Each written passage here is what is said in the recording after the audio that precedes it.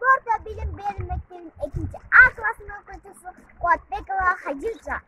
Isık kemeleri, men ısık desem, hazır koda cesatlısaq da, kemeler ve çelik kişinin çekten yere joluktasın. Bizim ısık koda çanda gana.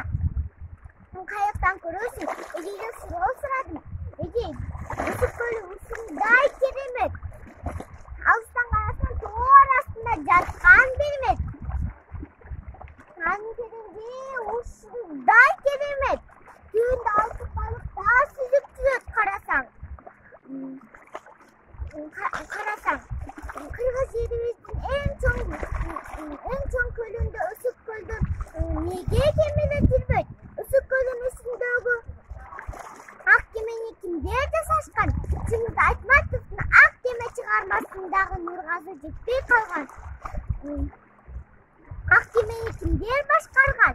Мен келечекте маяк болуп, Ысык Көлүбүздүн тоо флотунда өркүндөтүп, каракол, балыкчы деген жүрүш менен каалоочуларды ак кемеге түшүрүп, Ысык Көлдүн толкунуна теренет ким келет?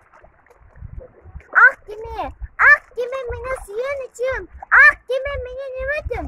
Көргөндө ак кемени көргөсүм ата энемди.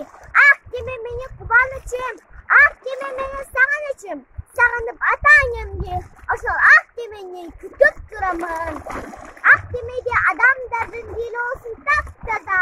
Мен сыяктуу балдар да чөкпөсүнчү кусалыктын дайрасына. Арутада сезимди адамдардан күтөмүн.